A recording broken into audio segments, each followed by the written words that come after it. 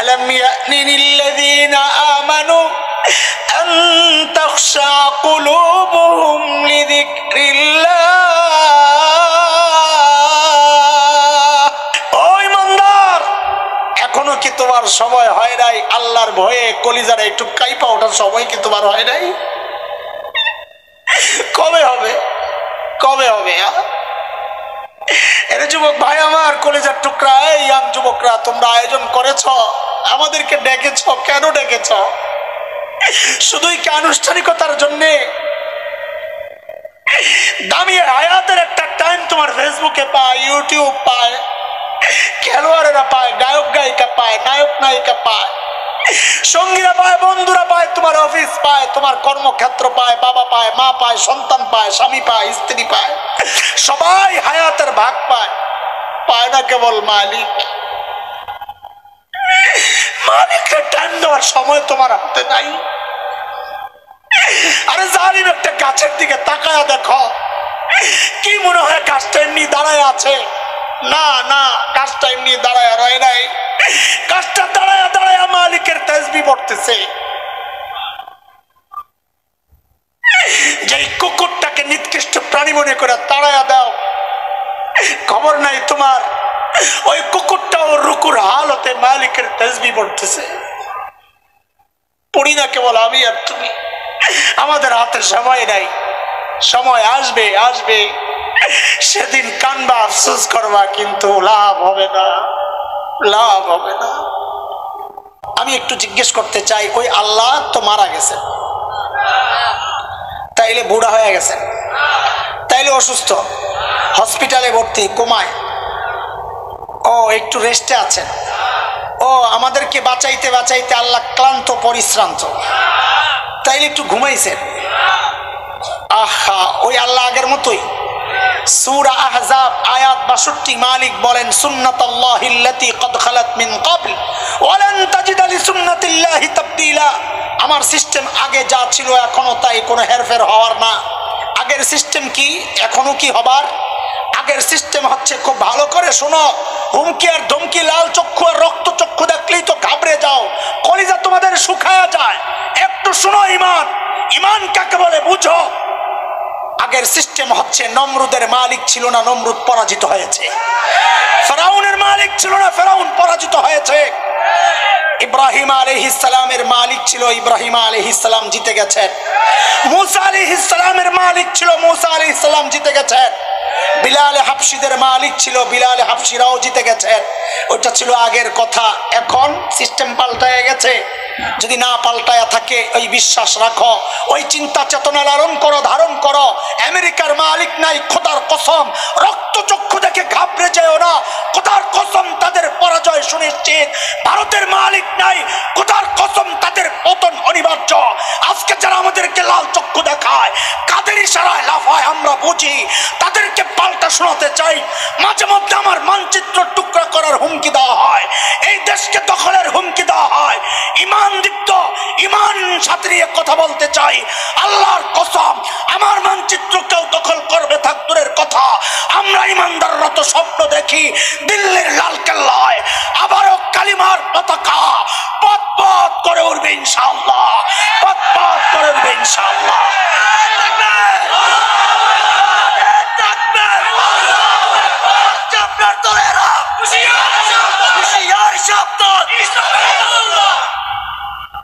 আল্লাহর হাবিব সাইয়েদনা আবু বকরের কোলে মাথা রেখে গুহার ভেতরে ঘুমাচ্ছিলেন। নবী ঘুম থেকে উঠে দেখেন যে আবু বকরের চেহারার মধ্যে চিন্তার ছাপ। নবী জিজ্ঞেস করেন, আবু বকর, আপনি এত চিন্তিত কেন? সাইয়েদনা আবু বকর জবাব দেন, ইয়া রাসূলুল্লাহ, ওই যে গুহার মুখের দিকে একটু তাকায়া দেখেন, কাফেররা হাঁটাহাঁটি করছে। লাউ আন্না আহাদাহুম ইয়ানজুরু ইলা কদামাইহি, গুহার মুখের দিকে কারো তাকানোর দরকার নাই। যদি কেউ নিজের পায়ের দিকেও তাকায়, তাইলেও আমাদেরকে দেখে ফেলবে। আল্লাহর হাবিব আবু বকরকে সান্ত্বনা দিচ্ছেন, এই আবু বকর, আপনি ভেবেছেন কি? হ্যাঁ, আপনি কি ভেবেছেন? এই গুহার ভেতরে খালি আমি আর আপনি, আমাদের সাথী বুঝি আর কেউ নাই? না আবু বকর, না, এই গুহার ভেতরে কেবল আমি আর আপনি না, আবু বকর আমাদের সাথে আল্লাহও আছেন। কাজে আপনি কোনো টেনশন করেন না। নবীর সান্ত্বনার এই কথাটুকু আল্লাহর এত পছন্দ হয়েছে, আল্লাহ তাআলা কোরআনুল কারীমের সূরা তাওবার একটা আয়াতের টুকরা বানায়া নাজিল করে দিয়েছেন।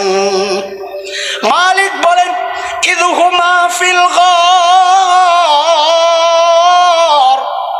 ইয ইয়াকুলু লিসাহিবিহি। এ দোস্ত খুব ভালো করে বুঝেন, আমি আবু বকরের মর্যাদা শোনাইতেছি। দুইজন যখন গুহায়, একজন যখন তার সাহাবীকে বললেন, নবী যখন তার সাহাবীকে বললেন, খুব ভালো করে বুঝেন, এখানে সাহাবী মানিকে জোরে বলেন সবাই, তার মানে কি আবু বকরের মর্যাদা আর একটু বেড়ে গেছে। কেন? কারণ আবু বকর যে নবীর সাহাবী, এটা আল্লাহ কোরআনে স্বীকৃতি দিয়ে দিয়েছেন। ইযহুমা ফিল গার ইয ইয়াকুলু লিসাহিবিহি। একজন যখন তার সাহাবীকে বললেন, কিন্তু ওমরের গোমর কিন্তু এই জায়গায় না, ওমরের গোমর পরে নবী আবু বকররে বলেন, আবু বকর লা তাহজান, আবু বকর আপনি ঘাবড়ায়েন না। কেন? ইন্নাল্লাহা মা'ানা, আবু বকর আল্লাহ আমাদের সাথে আছেন। হযরত ওমর বুঝা গেছেন, আরে আবু বকর তো আমাদের ধরাছোঁয়ার বাইরে গেল রে। কেমনে? বলে আমার সম্পর্কে নবী কি বলেছেন? ওমর, আমার সম্পর্কে নবী কি বলেছেন? নবীর সাথে আমার সম্পর্কের লেভেলটা কি? ওমর সম্পর্কে নবী বলেছেন, লাউ কানা বাদি নবিয়্যুন লাকানা ওমর, আমার পরে যদি কেউ নবী হতো, কে হতো? ওমর হতো। বলেন, আমার পরে যদি কেউ নবী হতো, কে হতো? ওমর বুঝে গেছেন নবীর সাথে আমার সম্পর্কের লেভেলটা হচ্ছে বাদিয়তের, আগে আর পরে। নবী বলেন, ওমর আমি আগে আপনি, বলেন বলেন আমি আগে আপনি। ওমর বুঝে গেছেন নবীর সাথে আমার সম্পর্কের লেভেলটা হচ্ছে বাদিয়তের, আগে আর পরে। আর আবু বকরের নবী কি বলেন? আবু বকর লা তাহজান ইন্নাল্লাহা মা'ানা, আবু বকর আপনি ঘাবড়ায়েন না, ওমরের মতো আপনার সাথে আমার সম্পর্কের লেভেল কিন্তু বাদিয়তের না, আগে আর পরে না, বরং আপনার সাথে আমার সম্পর্কের লেভেলটা মাইয়াতের, মা'ানা, সাথে সাথে, সাথে সাথে আপনার সাথে, আমিও আপনার সাথে, আল্লাহও আপনার সাথে। আর ওমরের নবী কয়, ওমর আমি আগে আপনি পরে। ওমরকে দেখছো কারবার? আবু বকর সারা জিন্দেগির আমল লাগবো না, কারণ ওই আমল দিয়ে আমি পাইছি বাদিয়তের মুকুট, আগে আর পরের সম্পর্ক। আপনি 3 দিন থাইকা পাইছেন মাইয়তের মুকুট, সাথে সাথে সম্পর্ক। আমারে 3 দিন দিয়ে দেন, সারা জিন্দেগি লয়ে যান। ওমর বুঝেছেন গোমর, আবু বকর বুঝেন নাই। কি জবাব দিলেন আবু বকর? আজ থেকে 12-13 বছর আগে আমাদের হাকিমুল ইসলাম কারি তৈয়ব রহমতুল্লাহ আলের এক লেখায় আবু বকরের জবাব যখন পড়ি, আহা আমি সাথে সাথে কেঁদে ফেলছি। আরে কি মানুষ আবু বকর, কি মানুষ আবু বকর। আবু বকর জবাব দিচ্ছেন, ওমর বলেন কি আপনি, বলেন কি আপনি, এই 3 দিন যদি আপনারে আমি দিয়ে দেই, তো আমার আর জীবনে থাকি কি? আমার পুঁজি তো 3 দিন, জীবনেতে আমি কিছু করতে পারি নাই রে ভাই। আবু বকর বলে জীবনে কিছু করতে পারে নাই, আর আমি আপনি ভাবতেছি এত কিছু করছি, আল্লাহ জান্নাত মনে কয়েকটা রেডি রাখছে। অথচ আবু বকর দ্বীনের জন্য কি করেন নাই, নবীর জন্য কি করেন নাই। মসজিদে নববীতে বসে বসে আবু বকর কাঁদতেছে, খুব ঢুকরে ঢুকরে কাঁদছে। সাহাবায়ে কেরাম চিন্তা করতেছেন, কিরে আবু বকর দেখি তো আল্লাহর কাছে কি চায়। আস্তে আস্তে আইসা কেউ শুনতেছে যে আবু বকর কি বলে। সাইয়েদনা আবু বকর কান্দেন আর বলেন, ও আল্লাহ, আপনার হাবিবের দিলের মধ্যে আপনি এটা ঢুকায়া দেন। হাবিব আমার, আবু বকরের মালকে আপনি নিজের মাল মনে করে খরচ করবেন, আপনি আবু বকরের কাছে চাইেন না। কেন? আপনি চাইলে আবু বকরের কলিজায় লাগে, আবু বকর দেয় আপনি নেন। আবু বকরের হাতটা উপরে যায়, আপনার হাতটা নিচে যায়, এটা আবু বকরের সহ্য হয় না। আবু বকরের কাছে চাইেন না, আপনি না চাইয়েই খরচ করতে থাকেন। হিজরতের রাত নবী আলাইহিস সালাম আবু বকরের দরজায় যায়, খালি একটা টোকা মারছেন, সাথে সাথে দরজা খুলে গেছে। নবী অবাক হয়ে গেছেন, আবু বকর আপনি ঘুমান নাই? সাইয়েদনা আবু বকর জবাব দেন, ইয়া রাসূলুল্লাহ, ওই যে 6 মাস আগে বলেছিলেন হিজরত করতে হবে, ইয়া রাসূলুল্লাহ, সেই দিন থেকে আজ পর্যন্ত এই পিঠকে কোনোদিন বিছানার সাথে লাগাই নাই। তাইলে ঘুমান নাই? বলে ঘুমাইছি ইয়া রাসূলুল্লাহ, এই দরজাটাকে বালিশ বানায়া দাঁড়ায়া দাঁড়ায়া হেলান দিয়া ঘুমাইছি। ওই আবু বকর বলেন জীবনে আমি কিচ্ছু করতে পারি নাই, ওমর এই 3 দিন আমার পুঁজি আর চালান। চলেন শেষ আবু বকরের আর একটা মর্যাদার দিক শোনাই আমি ফিনিশিং এ চলে যাব। এতক্ষণ যেহেতু ওঠেন নাই, আর 5-10 মিনিট উঠেন না আল্লাহর ওয়াস্তে, ফিনিশিং এর কথা না শুনলে মূল বক্তব্যই তো রয়ে গেছে আমার ফিনিশিং এর কথা। আমি ভূমিকা লম্বা সাজাই কিন্তু মূল বক্তব্যটা একদম অল্পতে কইরা খাওয়াই দেই, যেটা সারা জীবন মনে থাকে। এই জন্য আমি বলবো, অনুরোধ করব, ওঠেন নাই যেহেতু 5-10 মিনিট আর উঠেন না আল্লাহর ওয়াস্তে, তাইলে এতক্ষণ বসাটাই আপনার বেকার যাবে। বেকার না, গুণামুক্ত ছিলেন, এটাও একটা কাজ হয়েছে, মানে অনেক বেশি কাজে আসবে ইনশাআল্লাহ। তাবুকের যুদ্ধ, নবী আলাইহিস সালাম চাঁদা চেয়েছেন সাহাবায়ে কেরামের কাছে, কার কাছে কি আছে নিয়ে আসো। আজকে ওমর বড় খুশি, কেন? ওই যে আবু বকরের সাথে লেগে থাকে হারানোর জন্য, আজকে মনে মনে চিন্তা আজকে আবু বকরে হারাইয়া দেবো, কেন চাঁদার ব্যাপার আসছে না, আবু বকরকে আমার লগে পারবো না, এই তো ঘরে কিচ্ছু। সাইয়েদনা ওমর গেছেন দৌড়াইয়া ঘরে, যা ছিল সামান সব নামাইয়া 2 ভাগ করছেন, 1 ভাগ ঘরে রেখে আসছেন, আরেক ভাগ নবীর কাছে নিয়ে আসছেন। ইয়া রাসূলুল্লাহ আমার চাঁদা। নবী আলাইহিস সালাম জিজ্ঞেস করতেছেন ওমর কি নিয়ে আসছেন, বলেন আমার সাথে কি জিজ্ঞেস করছেন? ওমর বলেন, সবাই বলেন, ওমর কি নিয়ে আসছেন বলেন? ওমর বলেন, আবার কথাটা মনে রাখেন, এই জন্য বলাইলাম, পরে কাজে লাগবে। হযরত ওমর বলেন ইয়া রাসূলুল্লাহ ঘরে যা ছিল 2 ভাগ করে অর্ধেক নিয়ে আসছে। এইবার আবু বকরের অপেক্ষা, নবীও করেন ওমরও করে। নবী করতেছেন আহারে আমার আবু বকর না জানি কি আনে, এই ছেলে কথা বলো না, কথা বলো না। আর ওমর অপেক্ষা করতেছেন আমার কাছে লাগে আর কি, এমন একটা ভাবলো ওমর বসে রয়েছে, আবু বকর আয়েন আজকা একটা স্লোগান দেবো আজকা, যা করে আল্লাহ, জিতিল রে জিতিল, ওমর জিতিল, এমন একটা ভাবলে বয়ে রয়েছে ওমর। আহা, সাইয়েদনা আবু বকর আসতেছেন, হাতে ছোট্ট একটা পোটলা। বর্ণনার 8 পিস মিলাইলে বোঝা যায় ওই পোটলার ভেতরে আবু বকরের গায়ের জামা কাপড় গুলা। তাইলে পড়ছেন কি, আমরা আপনাদের সাথে খেয়ানত করব না, যা সত্য বাস্তব তা বলে দিব, কবুল করা আপনার কাজ।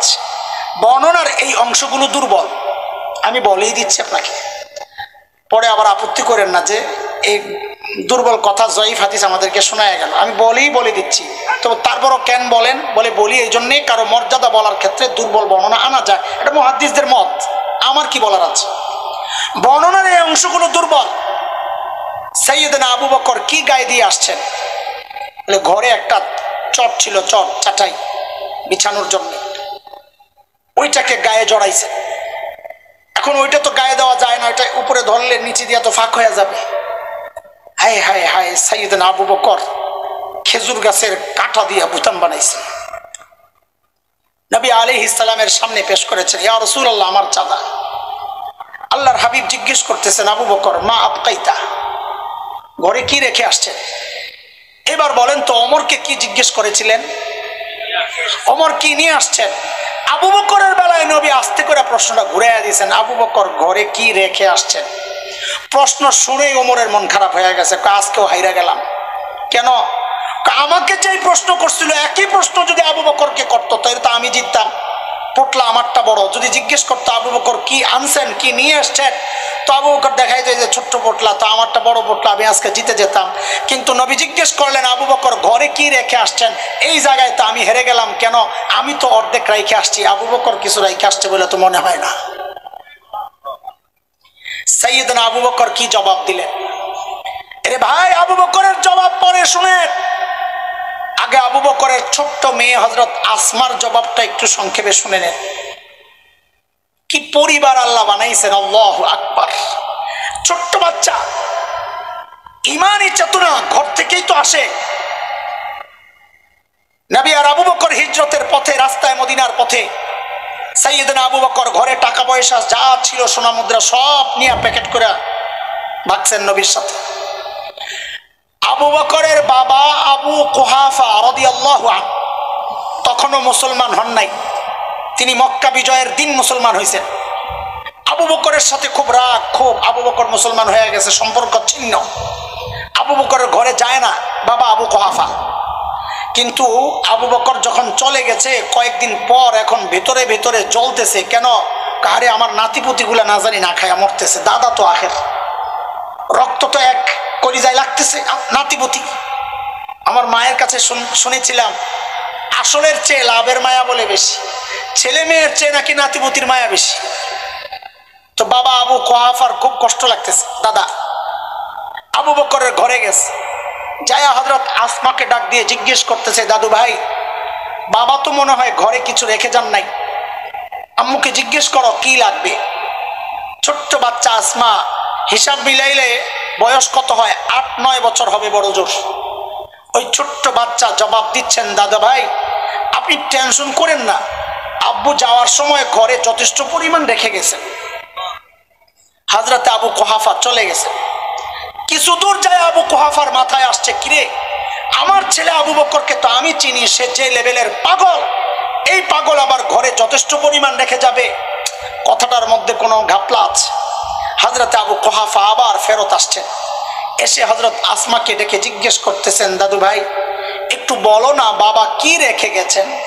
হযরত আসমা জবাব দিচ্ছেন, ছোট্ট পিচ্চি জবাব দিচ্ছেন, দাদু ভাই আব্বা যাওয়ার সময় ঘরে আল্লাহ আর তার রাসূলকে রেখে গেছে, আমাদের জন্য এটাই যথেষ্ট, আপনি টেনশন করেন না। ছোট্ট বাচ্চার জবাব যদি এই হয় তো বাবা আবু বকরের জবাব কি হইতে পারে? সাইয়েদনা আবু বকর জবাব দিচ্ছেন, ইয়া রাসূলুল্লাহ ওই যে ঘরের বেড়াগুলো খেজুর পাতার বেড়া, আসার সময় থাপড়াইয়া থাপড়াইয়া আসছি। কেন? কারণ মাঝে মধ্যে সুই গেঁথে রাখতাম, সুই থাপড়ায় আসছি যেন একটা সুই পর্যন্ত ঘরে থেকে না যায়, ওই সুইটা যেন আমার কোনো মুজাহিদ ভাইয়ের কাজে আসে।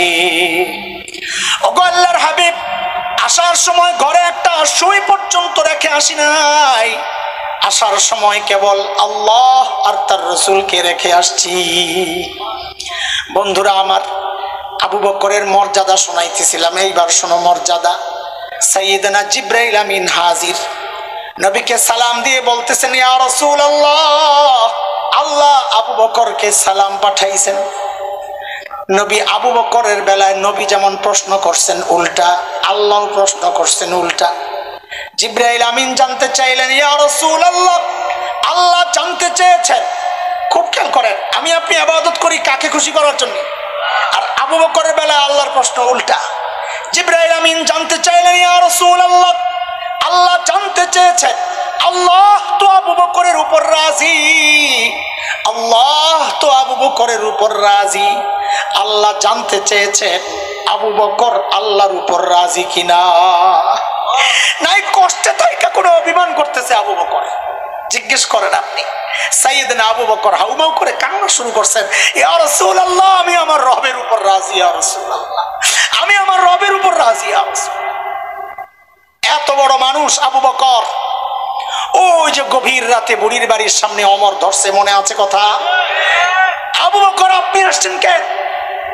তা আবু বকর কি জবাব দিলেন? বলেছিলাম দোস্ত এই জবাবটাই আমার বয়ান, আসলে এতটুকু কথাই বয়ান, কিন্তু জবাবটা শুরুতেই শোনাই নাই, আগে আবু বকরের মর্যাদা শুনাইলাম যে এত বড় মানুষের জবাব এইটা হয়। আমি আপনি দিলে এটা আলোচনার ব্যাপার ছিল না, কিন্তু জবাবটা যেহেতু আবু বকরের। ওমর যখন ধরলেন, আবু বকর আপনি কেন আসছেন এত রাতে বুড়ির বাড়ির কাজ করার জন্য, আমরা নাই? তা আবু বকর জবাব দেন, হ্যাঁ ভাই এই কাজগুলো তোমাদেরকে দিলেও পারতাম, কিন্তু ভাইরে ওমর আমি কি আমার আখিরাতের কামাই কিছু করব না? আমি কি আমার আখিরাতের পুঁজি সম্বল কামাই করব না? আবু বকরের বলে আখিরাতের পুঁজির এখনো বাকি আছে কিছু। সাইয়েদনা ওমর এত বড় মানুষ, বলেছিলাম শুরুতে সাহাবায়ে কেরামের আখিরাতের ভয় আর ফিকির কিভাবে ঢুকছিল, একটু শুনেন, শেষ 2-1 মিনিটের কথা মনোযোগ দিয়ে শুনেন। সাইয়েদনা ওমর এত বড় মানুষ, এক হাদিস তো নবী শোনালেন, আমি শুনিয়েছি আপনাদের। নবী বলেছেন আমার পরে কেউ নবী হলে ওমর হতো। ওমর এত বড় মানুষ, নবী বলেছেন ওমর সম্পর্কে, ওমরু ফিল জান্নাহ, ওমর জান্নাতি। আমি আপনি হকের উপর চললে বলা হয় লোকটা হকপন্থী। ওমর সম্পর্কে নবী বলেছেন উল্টা, দারাল হাক্কু হাইসু দারা, ওমর যেদিকে যায় হক তার পেছনে পেছনে যায়। জান্নাতে গিয়ে হযরত ওমর, নবী হযরত ওমরের বাড়িটা দেখছেন, দুনিয়ায় এসে নবী উচ্ছ্বাস আর আনন্দ প্রকাশ করছেন, আহারে আমার উম্মত, ওমরের বাড়িটা জান্নাতে দেখছি, আহারে কি সুন্দর বাড়ি, কি সুন্দর বাড়ি। আমার মনটা চাইছিল একটু বাড়িটার ভেতরে ঢুকি, না জানি ভেতরটা কত সুন্দর। কিন্তু ওমরের গায়রত, ওমরের আত্মমর্যাদা বোধ, প্রেস্টিজ আমি জানি, ঢুকলে যদি ওমর মাইন্ড করে, এই জন্য আমি ঢুকি নাই। হযরত ওমর শিশুদের মতো হাউমাউ করে কান্না শুরু করছেন, আবিকা গিরতু ইয়া রাসূলুল্লাহ, আপনার সাথেও আমার আত্মমর্যাদা বোধ, আহারে কেন একটু ভিতরে ঢুকলেন না, কেন একটু ঢুকলেন না? এত বড় মানুষ ওমর, প্রায় অর্ধ জাহান, 22 লক্ষ বর্গ মাইল। অনেকে আপত্তি করে 22 লক্ষ বর্গ মাইল আবার অর্ধ জাহান কেমনে হয়? আরে হয় এই জন্যে, কারণ তখন দুনিয়ার বহু অঞ্চল আবিষ্কার হয় নাই, আমেরিকা সুদ্ধা আবিষ্কার হয় নাই, এই জন্যে 22 লক্ষ বর্গ মাইল প্রায় অর্ধ জাহান। শাসনকর্তা হযরত ওমর, জান্নাতের সুসংবাদ পাওয়া হযরত ওমর, অথচ আখিরাতের ভয় আর ফিকির কিভাবে করেছে। আবু লুলু মাজুসির ছেলে বিষাক্ত খঞ্জর দিয়া যখন ফজরের নামাজের সময় পেটের মধ্যে চালায়, হযরত ওমরের নাড়ি বুড়ি বের হয়ে গেছে, কাপড় দিয়া পেঁচাইয়া হযরত ওমরকে শোয়া দেওয়া হয়েছে। হযরত ওমর বেহুশ, ছেলে আব্দুল্লাহ ইবনে ওমরের কোলে মাথা, একটু হুশ ফিরছে হযরত ওমরের, নামাজের খবর নিছে। দিনের ব্যাপারে ওমর কতটা সিরিয়াস ছিলেন, ওই অবস্থায়ও দেখেন এক ছেলের কাপড় টাকনোর নিচে, ডাক দিছেন, ওই কাপড় উপরের দিকে উঠা, এই অবস্থায়। এরপর হযরত ওমর কি করলেন, আহারে কি যন্ত্রণা ভিতরে, আখিরাতের কি ভয় ঢুকছে কলিজায় এত বড় মানুষের। হযরত ওমর আস্তে করে নিজের মাথাটাকে, ছেলেকে বললেন, আমার মাথাটাকে নিয়ে মাটিতে রাখো। হযরত আব্দুল্লাহ ইবনে ওমর কোল থেকে নিয়ে মাথাটাকে জমিনের উপর রাখছেন, মসজিদ নববীর ফ্লোরে রাখছেন। ফ্লোরটা কি ছিল? পাকা, বলেন না কথা, টাইলস করা, মোজাইক করা, কি বালি মাটি। হযরত ওমরের মাথাটা জমিনের উপর রাখা হয়েছে। জান্নাতি ওমর, যার বাড়ি নবী জান্নাতে দেখে আসছে, হযরত ওমরের মাথাটা যখন মাটির উপর রাখা হয়, সাইয়েদনা ওমর গালগুলাকে মাটির সাথে এইভাবে ঘষেন আর কান্দেন, ঘষেন আর কান্দেন, আর বলতেছিলেন, ওয়াইলুল লাকা ইয়া ওমর ইন লাম ইয়াগফির লাকা রাব্বুক। ওমর, তোমার রব যদি তোমাকে ক্ষমা না করে, ওমর তোমার জন্য কিন্তু ভয়ঙ্কর বিপদ অপেক্ষা করতেছে। ওমরের আখিরাতের এত ভয়। সাইয়েদনা আবু বকর এত বড় মানুষ, জান্নাতের প্রত্যেকটা দরজা থেকে ডাক আসবে, ও আবু বকর আপনি আমারই দিয়া ঢুকেন না। এত বড় মানুষ আবু বকর, অথচ আখিরাতের ভয় কলিজায় কিভাবে ঢুকছে। সাইয়েদনা আবু বকর একা একা দূরে নির্জনে চলে যেতেন, চিৎকার করে করে কাঁদতেন আর বলতেন, ইবনা আবি কুহাফা, ও আবু কুহাফার বেটা, তুই মানুষ কেন হইলি রে? আরে তুই মানুষ কেন হইলি? এখন আল্লাহর আদালতে দাঁড়াইয়া তুই কেমনি হিসাব দিবি? গাছের কাছে যায় যায় আবু বকর কাঁদতেন চিৎকার করে করে, আর বলতেন, ইয়া লাইতানি কুনতু ওয়ারাকা মিনাশ শাজারা তুদাদু তুকাল, হায় মানুষ না হয়ে যদি গাছের লতা পাতা হইতাম তো জীবজন্তু চাবায়া চাবায়া খায়া আমারে শেষ করে ফেলতো, আমাকে আর মালিকের সামনে দাঁড়াইতে হইতো না। এত বড় মানুষ ওমরের, এত চিন্তা আখিরাতের। এত বড় মানুষ আবু বকরের চিন্তা আখিরাতের। অথচ এমন চিন্তা তো হওয়া দরকার ছিল আমার মতো জালিমের। কিন্তু আমাদের কারো চেহারার দিকে তাকাইলে তো মনে হয় না মানুষটার আখিরাতের ভয় আর ফিকির আছে। কেন রে ভাই, কেন? কে আমাকে গ্যারান্টি দিল যে আমাদের মৃত্যু যন্ত্রণা হবে না? বলে কে গ্যারান্টি দিল?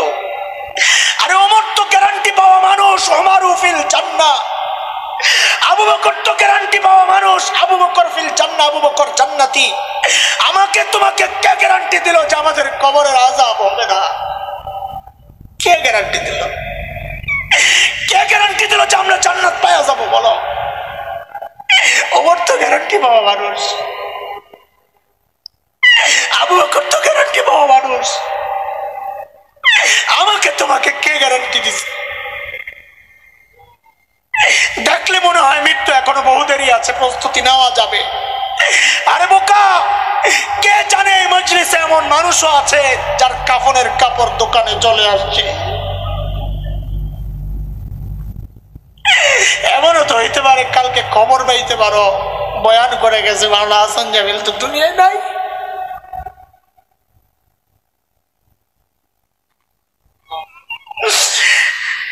চুল পাইকা সাদা হয়ে গেছে, গুনাহ ছাড়তে পারি না। দাড়ি পাইকা সাদা হয়ে গেছে, গুনাহ ছাড়তে পারি না। কবে ছাড়বেন বলেন?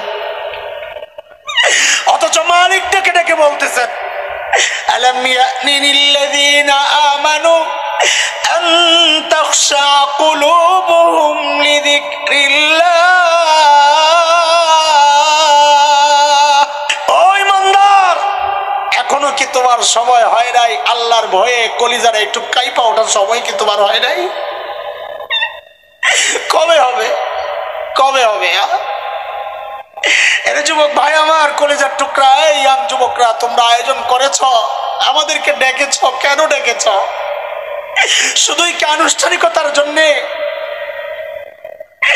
দামি হায়াতের একটা টাইম তোমার ফেসবুকে পায়, ইউটিউব পায়, খেলোয়াড়েরা পায়, গায়ক গায়িকা পায়, নায়ক নায়িকা পায়, সঙ্গীরা পায়, বন্ধুরা পায়, তোমার অফিস পায়, তোমার কর্মক্ষেত্র পায়, বাবা পায়, মা পায়, সন্তান পায়, স্বামী পায়, স্ত্রী পায়, সবাই হায়াতের ভাগ পায়। পায় না কেবল মালিক। মালিকের টাইম দেওয়ার সময় তোমার হাতে নাই। আরে জালিম, একটা গাছের দিকে তাকায়া দেখো, কি মনে হয় গাছটা এমনি দাঁড়ায় আছে? না না, গাছটা এমনি দাঁড়ায় রয় নাই, গাছটা দাঁড়ায়া দাঁড়ায়া মালিকের তাসবিহ পড়তেছে। যে কুকুরটাকে নিকৃষ্ট প্রাণী মনে করে তাড়ায়া দাও, খবর নাই তোমার ওই কুকুরটাও রুকুর হালতে মালিকের তাসবিহ পড়তেছে। পড়ি না কেবল আমি আর তুমি? আমাদের হাতে সময় নাই। সময় আসবে, আসবে, সেদিন কানবা, আফসোস করবা, কিন্তু লাভ হবে না, লাভ হবে না। আমল নামা যদি আল্লাহ না করুক বাম হাতে চইলেই আসে, মালিক, সেদিন চিৎকার করে করে কাঁদতে হবে আর বলতে হবে, ইয়া লাইতানি লাম উতা কিতাবিয়া, আয় আমল নামা যদি আমারে না দেওয়া হইতো, ওরা মাদ্রি মা হিসাবে, আমি জানি না আমার এখন ফয়সালা কি হবে।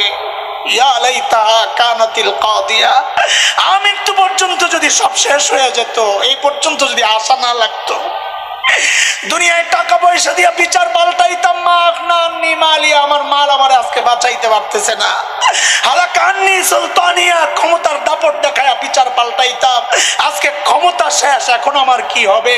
আওয়াজ আসবে, যা হওয়ার হয়ে গেছে, এখন আর কিচ্ছু করার নাই। আল্লাহ ফেরেশতাদেরকে হুকুম করবেন দেখায়া দেখায়া, খুযুহু ফাগুল্লু, খুযুহু ফাগুল্লু, এগুলারে ধর, বান এগুলারে বেড়ি লাগা।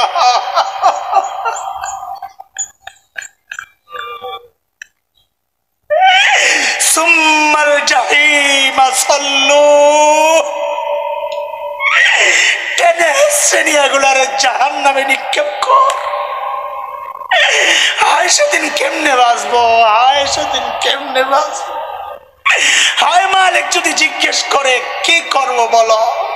এরে যুবক ভাই আমার, একদিন যুবক তো আমিও তোমার মতো ছিলাম, এখন তো আফসোস করি, আফসোস করি, আফসোস করি। হায়, বিগত 30টা বছর প্রতিদিন যদি অতিরিক্ত 2 রাকাত করে নামাজ পড়তাম, হায় আমল নামায় কতগুলা নামাজ হয়ে যাইত। হায় যদি প্রত্যেক দিন একবার করে ইস্তিগফার পড়তাম, আমল নামাজকে ইস্তিগফারে কত ভরা থাকতো। হায় যদি প্রতিদিন একবার করে তাসবিহ পড়তাম, আমল নামাজকে তাসবিহ দিয়া সমৃদ্ধ থাকতো। হায় গল্প করে করে জীবনটা শেষ করেছি।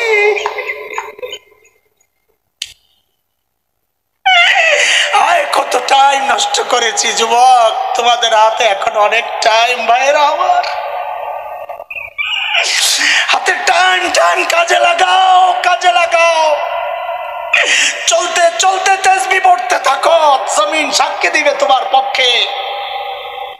হাঁটতে হাঁটতে ইস্তিগফার পড়তে থাকো, গুনাহ ছাড়ো, গুনাহ ছাড়ো, গুনাহ ছাড়ো, গুনাহ ছাড়ো। এই আগুন লাগায়ও না, আগুন লাগায়ও না, গুনাহ ছাড়ো, গুনাহ ছাড়ো।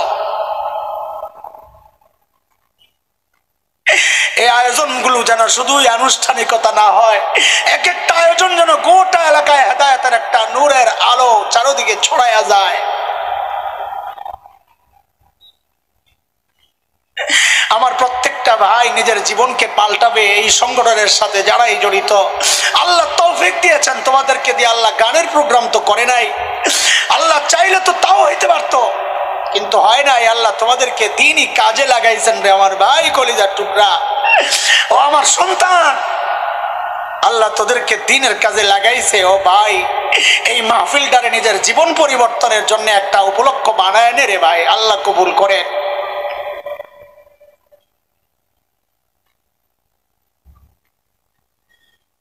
আল্লাহ আমাদেরকে যে কথাগুলো বললাম এর উপর আমল করার তৌফিক দেন।